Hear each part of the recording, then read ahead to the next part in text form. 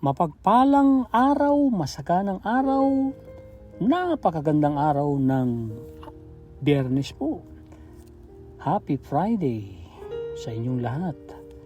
Bago po ang lahat, lagi nating alalahanin, Jesus, the King of Mercy, is forever in control. Mga kapanalig, maraming salamat sa patuloy ninyong pakikinig, pag-comment, pagbabahagi. Shout out sa aking Kuya Romy, napakasipag. Tularan po natin si Kuya Romy, napakasipag maglaan ng oras. Opo, maglaan ng oras. Alam po natin, ang buhay natin ay super busy. Pero alalahanin po natin na ang pagiging busy ay hindi laging produktibo. Pwede kang maging busy sa pagchichismis, busy sa pag-scroll ng Facebook.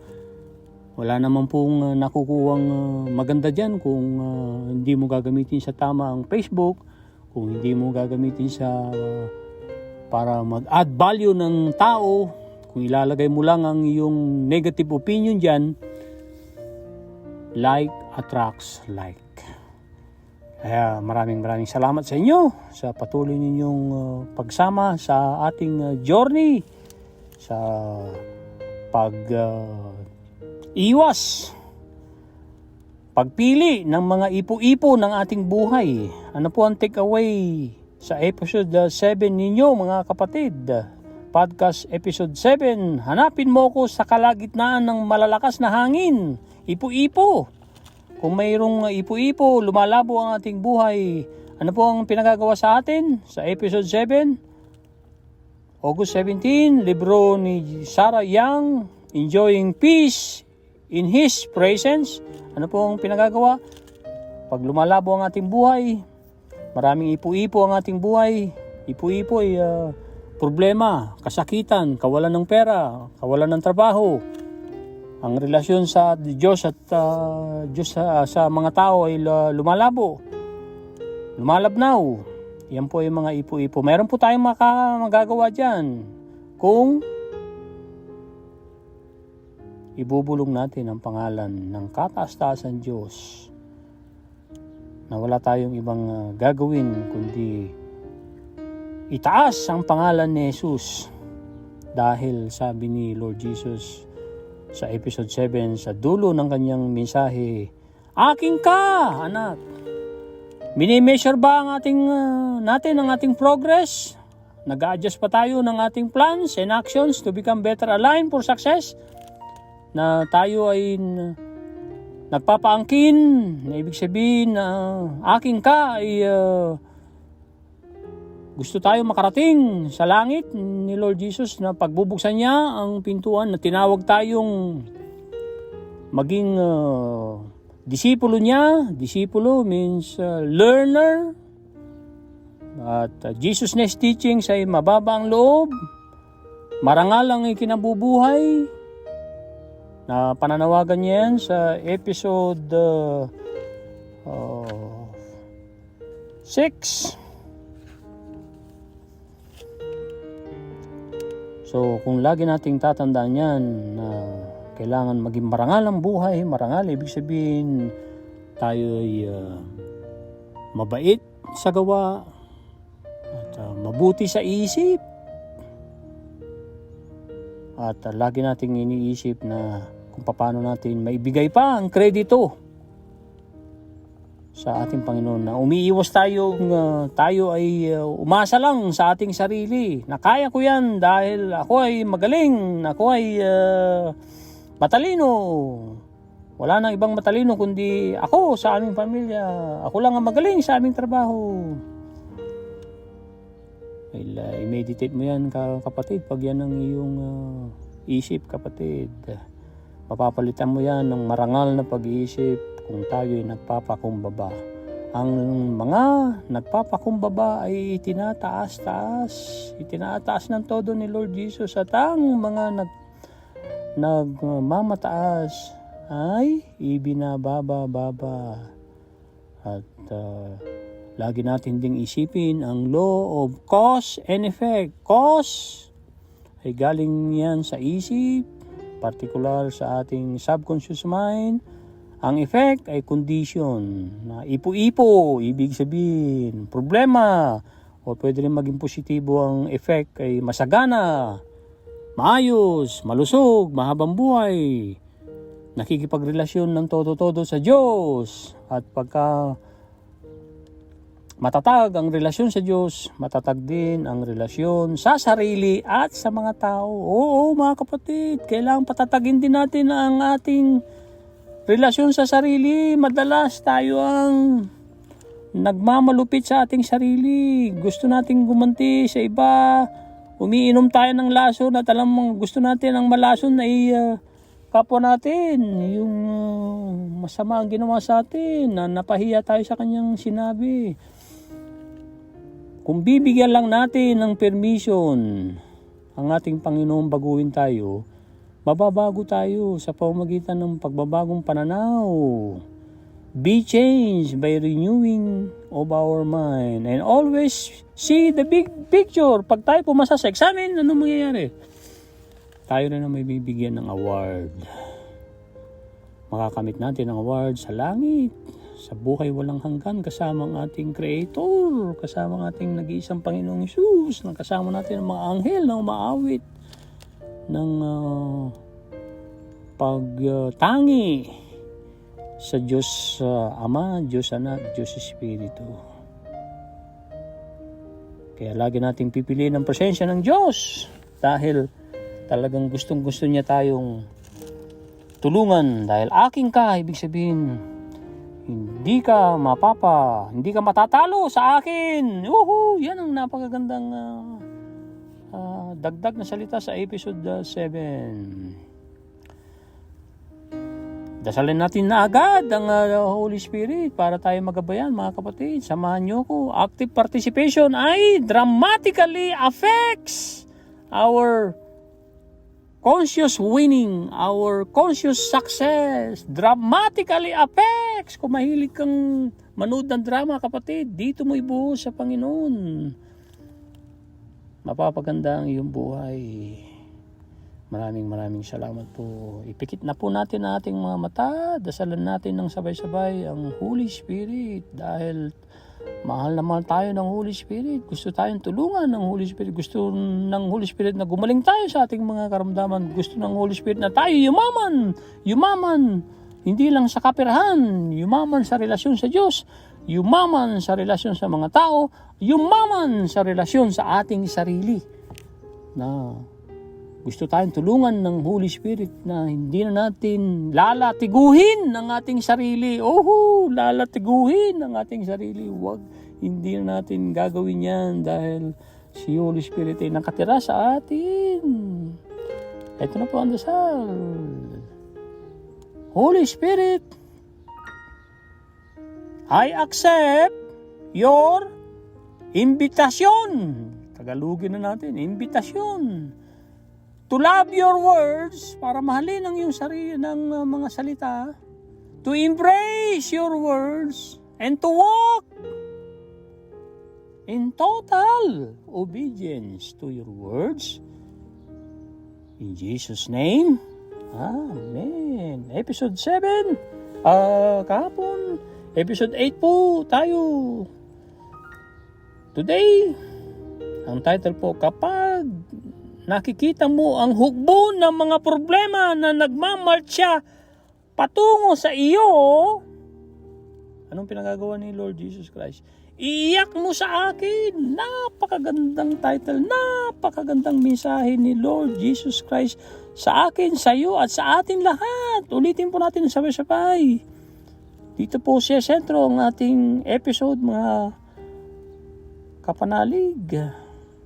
Kapag nakikita mo ang hukbo ng mga problema na usually ikaw ang gumawa niyan, ako ang gumawa, tayo ang gumawa niyan, na nagmamarcha patungo sa iyo, sa akin at sa atin lahat, iiyak nyo sa akin, iiyak mo sa akin ang ipinapakiusap sa atin ni Lord Jesus Christ, ang iniuutos.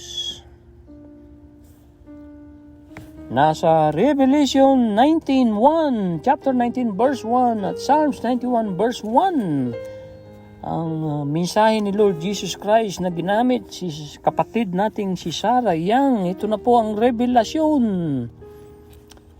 ng chapter 19 verse 1. It says, "After these things I heard a loud voice of a great multitude in heaven saying, Hallelujah!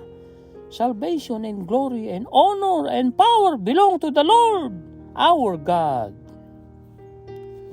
Napakagandang mensahe. Diyan po sa sentro ang ating pag-uusap, ang mensahe ni Lord Jesus Christ sa wikang Ingles, at tutulungan tayo ng Holy Spirit para i-translate sa ating lingwaheng Tagalog para sa gloria ng Panginoon, para manuot mga kapatid, manuot sa atin pag lingwahe natin. Oo, nakakaintindi tayo ng English, pero mas nanunuot pag lingwahe natin. Sangayon po ba kayo mga kapanalig? Thank you. Ito na po ang Psalms 91 verse 1. He who dwells in the secret place of the Most High. Sino po tinutukoy niyan? Si Father God. Tinutukoy ni Psalmist King David. Shall abide under the shadow of the Almighty. Sino po ang Almighty? Ang Diyos Ama, Diyos Anak, Diyos Espiritu Santo, Diyos Espiritu po, mga kapanalig ko. Ito po ang mensahe ni Lord Jesus Christ sa libro ni Sarah Young sa wikang Ingles. August 18, Jesus Calling. Expect to encounter adversity in your life. Remembering that you live in a deeply fallen world. Stop trying to find a way that circumvents sa Tagalog ay dayain, magdaya, mandaya. Circumvents difficulties. The main problem with an easy life is that it must ay face mask, pagtatakip sa your need for me.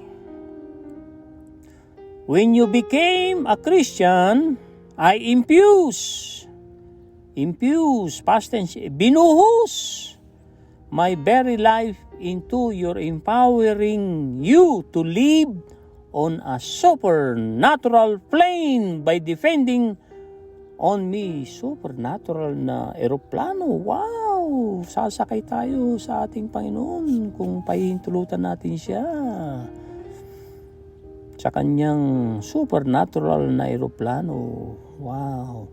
Anticipate coming face to face with impossibility situations. Impossibilities ay napakahirap. Ang Google Translate po niyan sa Tagalog. Impossibility situations, napakahirap na situations, totally beyond your ability to handle. This awareness of your inadequacy. Ibig sabihin, ang inadequacy ay sa Tagalog, umiwas. It's not something you should try to evade. And it is precisely where I want you, the best place to encounter me in my glory and power. Yung inadequacy po ay bagay. Tapos yung evade ay umiwas. To correct. Opo, nagkamali po ako. Patawad po. It is precisely where I want you, the best place to encounter me in my glory and power. When you see armies of problems marching towards you, cry out to me. Cry out to me. Cry out to me. Inulit ko ng 3 beses po yan. Allow me to fight for you. Watch me working on your behalf as you rest in the shadow of my almighty presence. Nahalata niyo po ba ang salitang English na title natin?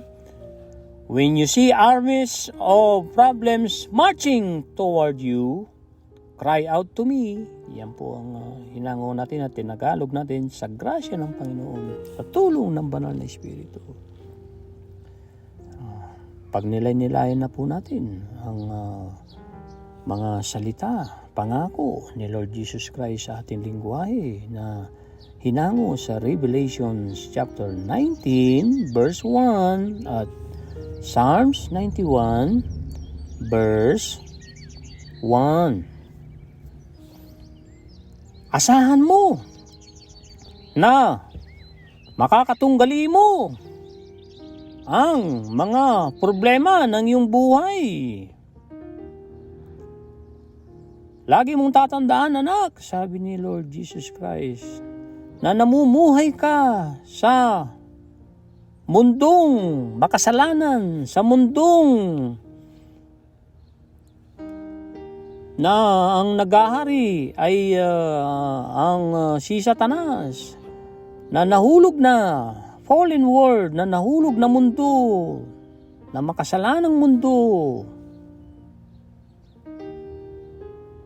At ang una niyang pinagagawa sa atin, huminto ka, anak, na hanapin ang pandadaya ng mga problema mo, mga pinagdadaanan mo, na nagkukunwari ka lamang. Ibig sabihin dito, circumvent difficulties, na dayain mo ang mga pinagdadaanan mo ngayon, na hindi mo hinaharap, kapatid.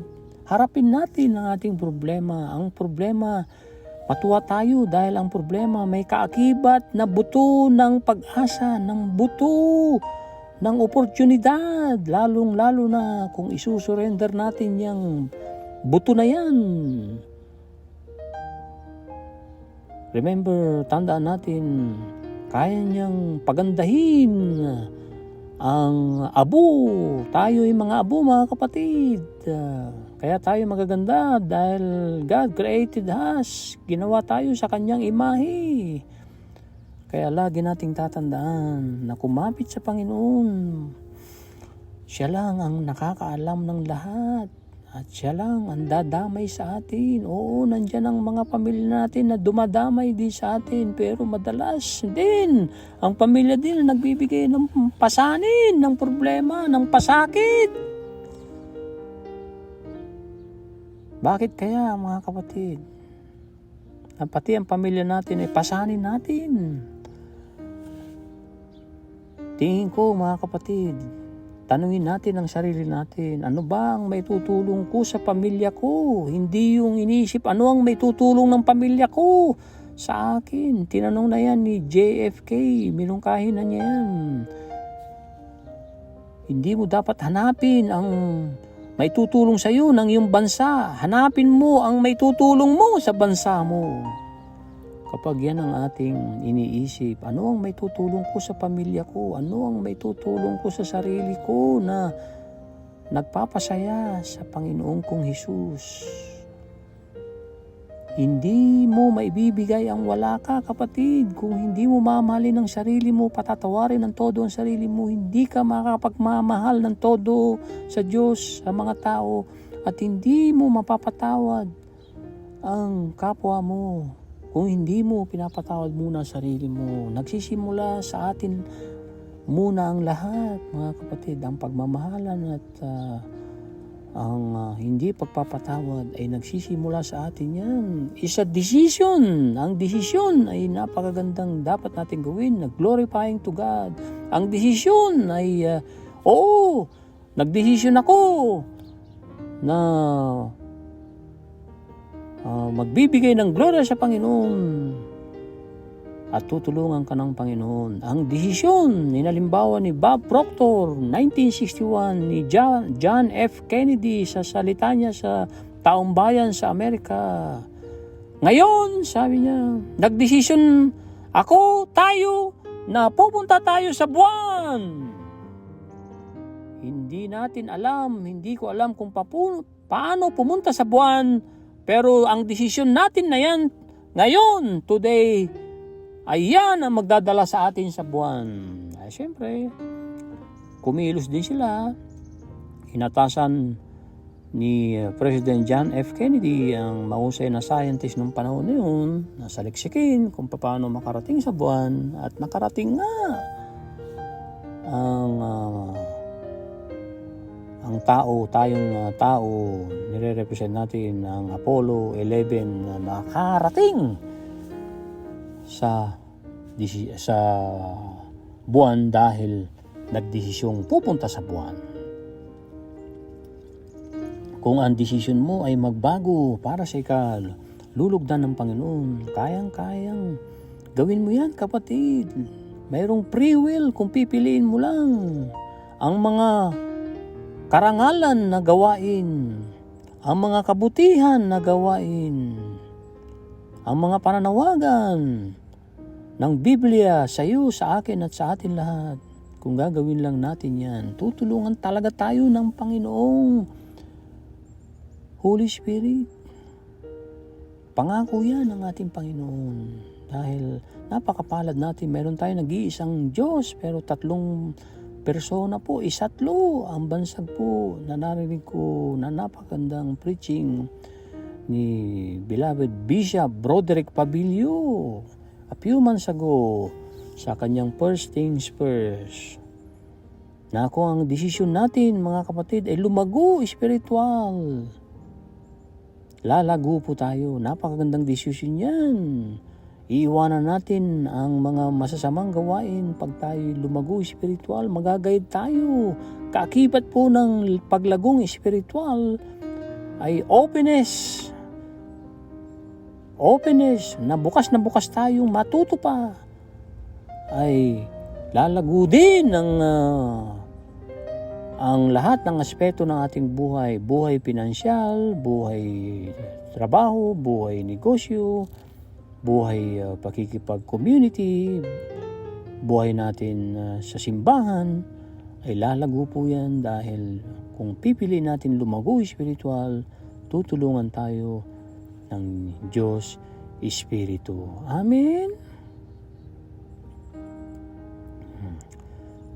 Ang sumunod na talata na ating tatalakayin, ang pinakasentro ng problema mo, anak, sabi ni Lord Jesus Christ, ay yung easy life, na ibig sabihin ng easy life ay mamuhay ka lang ng easy, na walang responsibilidad, na walang layunin, na paanod-anod ka lang sa ilog na parang kahoy, na walang direksyon, na ikaw ay drifter. Easy life po yan, na ikaw lang ay hingi ng hingi, na ikaw lang ay nagtuturo ng pagsisisi, paninisi sa kapwa, si ganon, si ganyan. Sinisisi ang gobyerno, sinisisi ang araw, sinisisi ang ulan, sinisisi ang lupa. Lahat ng yan na bigay ng kalikasan na galing sa Diyos, sinisisi. Yan ay mga easy. Irresponsibilidad, kapanalig, ay easing gawin. Easing to draft the ball. Bitawan ng bola ng responsibility. At easy life ay kaakibat din yan sa tingin ko ay pagkatamad. Di na po tayo magtatrabaho ng todo-todo, or tamad na tayo. Pati nga ang sabi ng mga ngaral, ang mga tamad, mga hangal ay pati pagkain na kinakatamarang kumain. Yan, yung mga easy life na yan, sa tingin ni Lord Jesus na pinapanawagan sa atin, sinasabi sa atin ay nagbibigay ng maskara na kailangan mo ko. Natanggalin mo yung easy life na mindset na yan. Na easy life na dumepende sa mga tao, sa magulang. Kung ikaw ay magulang, dumidepende sa mga anak, dumidepende sa mga kapatid, si ate, si kuya, ang mayaman. Kaya aasa ako, lagi akong hingi kay kuya, kay ate. Kung magiging responsable ka lang, kapatid, sa aking pananaw, kayang-kaya mong bumangon. Dahil na si Lord Jesus Christ ay nandyan. At alam niya na nangangailangan tayo. At gustong-gusto niya tayong tulungan. Gustong-gusto niyang buhatin ang mga mabibigat na tayo rin ang gumawa. Ang mga problema, mga pasanin, mga hindi pagpapatawad. Ikaw, 1969 ka pa. Ganyan ka na. Si tita, kinurot ako ng napakanipis nung ako'y magbibinatilyo, magdadalaga. Pinahiya ako sa tao, nilapirot ang aking tenga. Si teacher ko na hindi ako paborito, iba ang paborito, na mataas naman ang aking mga test, ay hindi niya tinasa ng aking grado, na masama ang loob mo sa iyong teacher. Ay kung ikaw ay gumraduate na sa school na yun, kung ikaw ay may edad na at may pamilya na, mag-move on ka, kapatid. Move on. Alanahanin mong mamuhay. The only power is in the moment, is in the now. Ngayon. At ang sumunod na mensahe pa ni Lord Jesus Christ, mga kapanalig, nung ikaw ay naging Kristiyano, anak, ibinuhos ko ang buhay ko ng todo-todo. Ibinuhos ko ng todo-todo ang buhay ko. Sa'yo. Yes, sa'yo, sa akin. Sa'yo. Sa atin lahat, mga kapatid, ang tinutukoy ni Lord Jesus Christ. Sa'yo. Na binibigyan kita ng empowering you to live on a supernatural plane. Na tinutulungan kita na para mamuhay, sumakay sa napakagandang supernatural na eroplano sa pamamagitan ng dedepende ka sa akin. Ang ibig sabihin po rito ng depende ka sa akin ay hindi lang hingi, give me.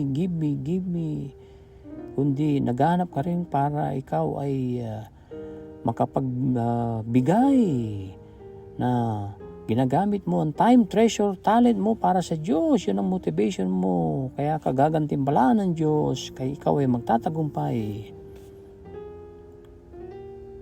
So pag inasa natin sa Panginoon ang mga supernatural na bagay, paraan, dahil yan ang paraan niya, mga hindi nating paraan, na tayo ay sumusuko sa Kanya ng mababa ang loob, na ginagawa natin siyang Diyos na kataas-taasan, na kinikilala natin siyang siya lang ang ating kailangan. Dahil talagang totoong-totoo, ibinuhos na niya ang kanyang buhay. Namatay siya sa krus na walang kasalanan. At kung naisummarize niya sa two greatest commandments, nung tinanong siya sa nasusulat sa Matthew chapter 22 verse 37 and 38, na love God above all things and love your neighbor as you love yourself, ay mapapabuti po ang ating buhay.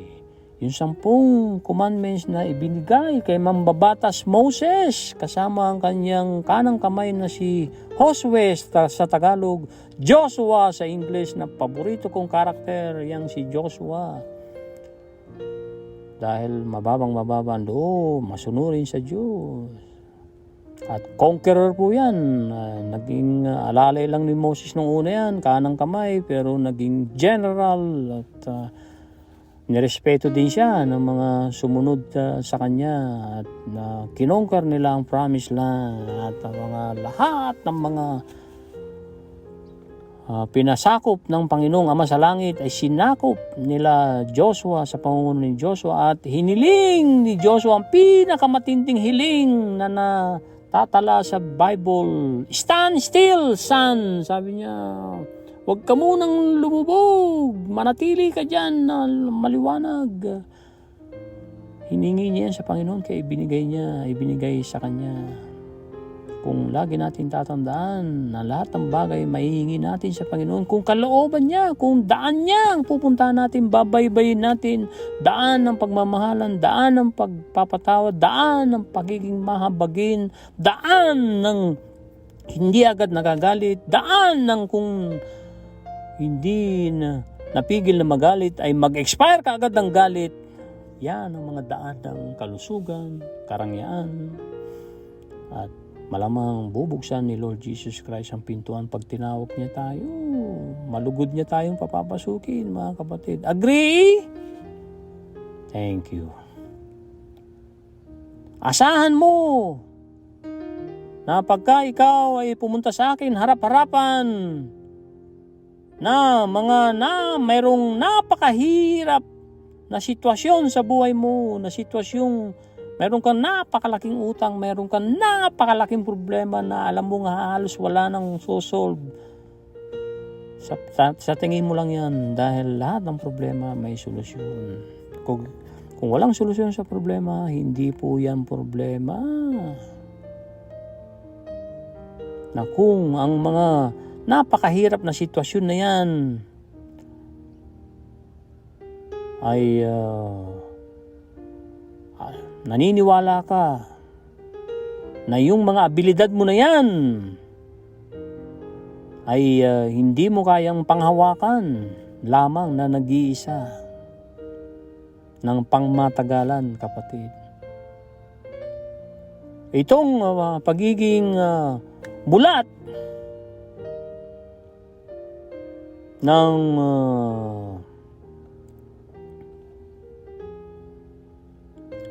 isang bagay na hindi mo kayang i-manage, sabi ni Lord Jesus, ay subukan mong, kahit hindi ka natitiyak, ay subukan mong ibigay sa akin. Huwag mong iwasan yung problema na yan. Tiyak, sabi niya, precisely. I want you. Gusto kita, anak. At ang pinaka-the best na lugar na hanapin mo ko, na makikita mo ko, na sa aking gloria at sa aking kapangyarihan ay piliin mo ko sa kabila ng mga ipo-ipo ng buhay mo, na sa kabila ng napakahirap mong sitwasyon, piliin mo ko, anak, sabi niya. Napakagandang pangako ni Lord Jesus Christ. Wow, papuri sa Panginoon na may ganitong libro.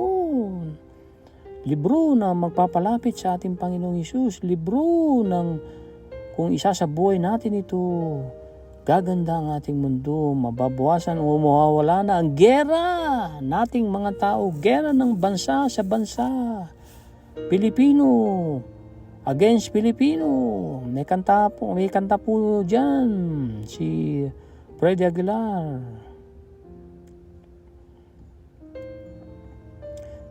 Na kung matatandaan yung Pinoy kapwa Pinoy ang naglalaban doon sa Mindanao. Tanda po niyo po ba ang napakagandang kanta niyan? At ang isa pang kanta ni Freddy Aguilar, ang umaayaw ay di nagwawagi. Ang nagwawagi ay di umaayaw. Magwawagi tayo kung di tayo ayaw na sa presensya ng kapayapaan, sa presensya ng ating Panginoong Hesus. Amen. Kaya kapag nakikita mo ang hugbo ng mga problema na nagmamarcha patungo sa iyo, anong gagawin natin? Inulit na natin ang 3 beses sa English. Binanggit na rin natin sa salita nating Tagalog. Iiyak mo sa akin. Sa akin mo isuko, sa akin mo ibigay. Sa akin ka pumunta. Piliin mo ko, anak.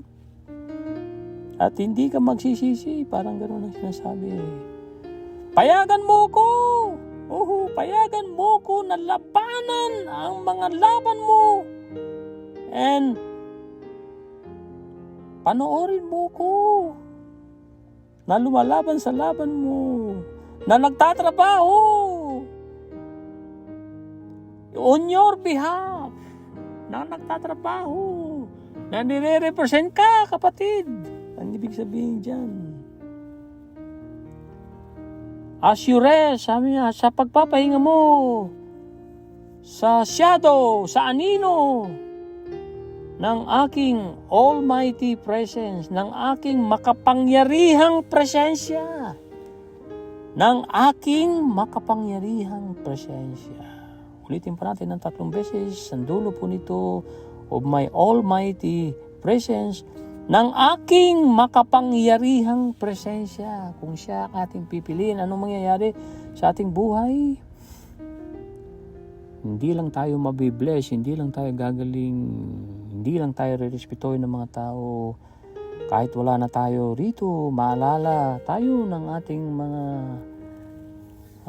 susunod sa atin, ng mga future heritage natin, na si Tatay Nico, na si Kuya Nico, na si Tito Nico, na si Lolo Nico ay kaya maganda ang ating buhay ngayon dahil ay maganda ang ginawa ni Nico. Nico ay represent tayong lahat po yan. Binanggit ko lang yung pangalang Nico. Hindi ko po tinutukoy na ako lang ang magaling. Hindi po.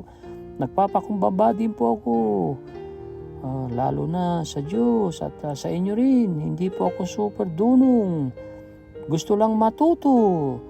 Gusto lang maglingkod sa Diyos.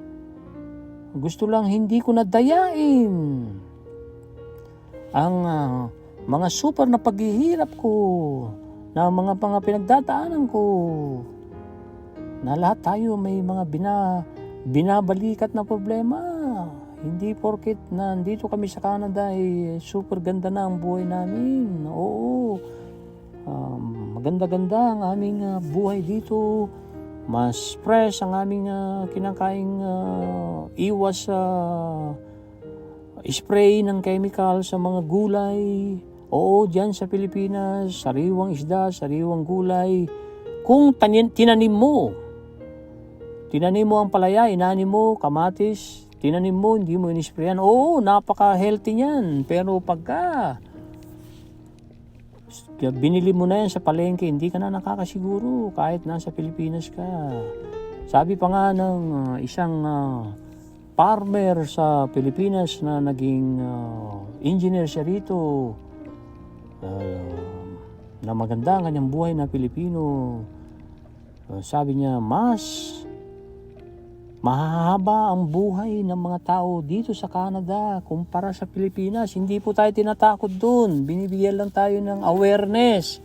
Kaya ako ibinabahagi sa inyo to, mga kapananalig, ay para magbukas pa tayo ng isipan na hindi porke binili sa palengke na mga kangkong at mga gulay, anumang gulay. Kalabasa lang, hindi talaga na nagpipenetrate yung inispray ng mga farmer. Bakit ini-sprayhan?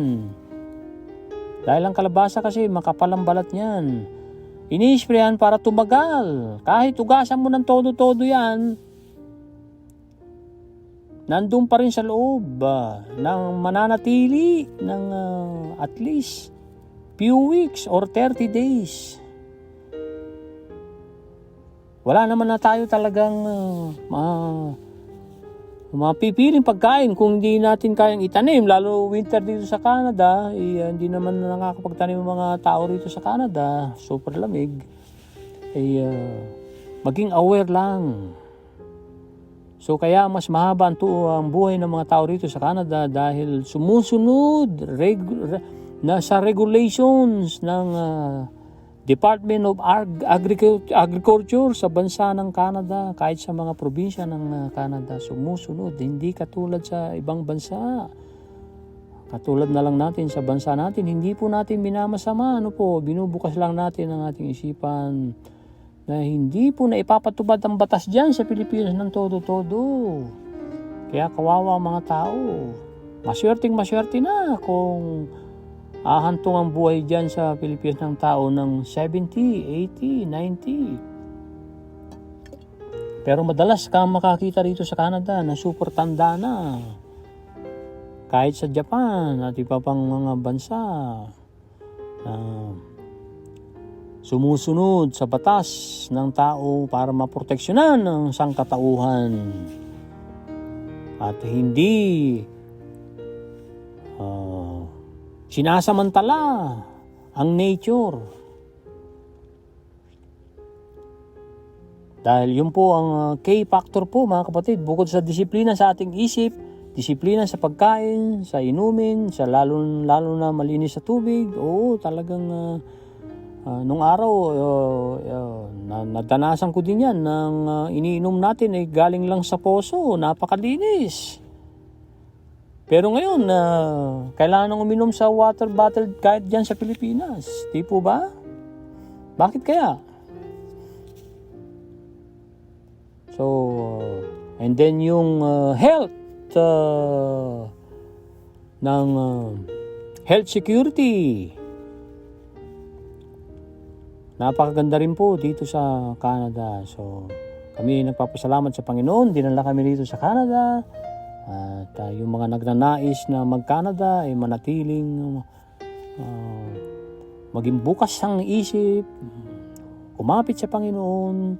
Kung iniisip mo kapatid, kapanalig na wala kang pera para makarating ka sa gusto mong patutunguhan, ay kilalanin mo nag-iisang source mo, ang Panginoon ng mga Panginoon, ang hari ng mga hari, ang tagapagligtas mo at nag-iisang Diyos mong si Kristo. Ang paraan niya, hindi natin paraan. Kung pahihintulutan niya yan, gagawin niya yan, walang makakapagpigil at wala ring makakapagpilit sa Panginoon pag ayaw niya. Kaya wala talaga tayong kakapitan kundi sa ating Almighty God. Pumunta sa kanyang makapangyarihang presensya.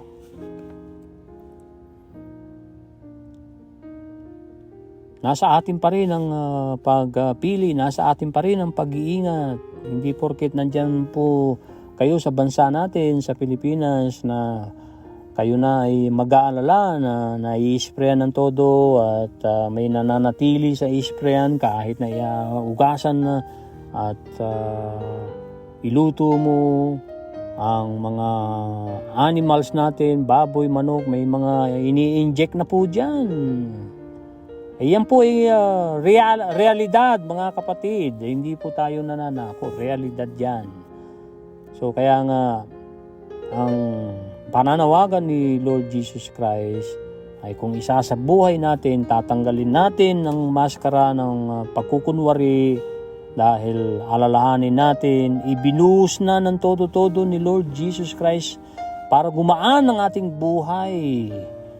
Na binibigyan niya tayo ng kapangyarihang kumapit sa Kanya, hahawakan niya ang ating kamay. Alam niya, mas malaki ang kamay niya kasi kung tayo ang hawak sa kamay niya, baka tayo makabitaw, pero nakahawak ng todo-todo ang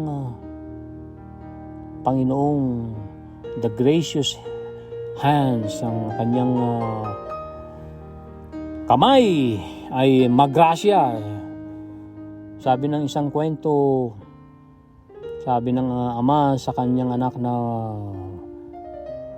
batang-bata pa, musmus pa, "Anak, hawakan mo ang aking kamay." Sabi ng anak, "Tatay," dahil matalino yung ang anak na paslit, Ang liit po ng kamay ko. Kung kakapit po ako sa inyo, baka makabitaw ako. Kayo po sana, tatay, ang humawak sa akin dahil napakalaki ng inyong kamay para mahawakan ng todo ang aking kamay. Napakagandang idea po, di po ba? Kung sinasubmit natin, kinikilala natin ang ating Panginoon na maliit lang tayo, na tayo ay napakaliit kumpara sa napakalaking universe na ginawa ng Panginoon. Pero pinapahalaga niya tayo, binigyan niya pa tayo ng free will, binigyan tayo ng can-do power, at tinutulungan tayong i-measure natin ang ating progress patungo sa Kanya. At nag-a-adjust tayo ng mga plano, ng mga gagawin nating actions para maging align tayo. Tugma tayo sa turo ng Diyos na mabuhay tayong marangal, na ang mga gagawin natin ay karangalan ng pagbibigay karangalan sa Diyos ay mapapa sa atin po yan. At ang hangad lang ng ating Panginoon ay tulungan tayo mawala sa ipo-ipo ng ating buhay, na mawala tayo sa kalabuan ng buhay. Basta lang, sabi sa episode 7, i-whisper mo lang, ibulong mo lang ang pangalan ko. Wow! So, wag natin kakalimutang ibulong ang pangalan ni Kristo. Lord Jesus, tulungan mo ko, Lord Jesus. Tulungan mo ang aking nanay, tulungan mo ang aking mahal sa buhay, tulungan mo ang aking kumpanya kung ikaw ay empleyado, kung ikaw naman ay employer, tulungan mo ang aking mga empleyado, tulungan mo ang aking boss, tulungan mo ang aking kapwa. Napadaan ka sa isang highway tulad ng aking Kuya Romy, merong nawawalang aso, pusa, minsan nasasagasaan sa highway, naawa siya, nahabag. Kung nahabag tayo sa nilikha ng Diyos, ay napakagandang damdamin po yan, na mahabagin tayo, na kung nahabag tayong mayroong namamalimos, na mayroon naman tayong extra, ibigay natin. Halimbawa, mayroon tayong Skyflex dyan sa sasakyan natin, iabot natin. Hindi tayo makakapag-abot ng pera. Kung isusot natin ang mga sapatos ng mga na dumadaan sa pagsubok, ay napakagandang paraan yan para tayo magtagumpay. Kasi alam natin ang paghihirap ng kapwa natin. So ibig sabihin, nire-recognize natin na talagang may paghihirap. So kailangan ang decision mo ay kumapit sa Panginoon, na magtagumpay ka ayon sa kalooban ng Panginoon, ay magtatagumpay po tayo. Amen? God is forever in control. Papuri sa Panginoon. Bye now. Salamat po.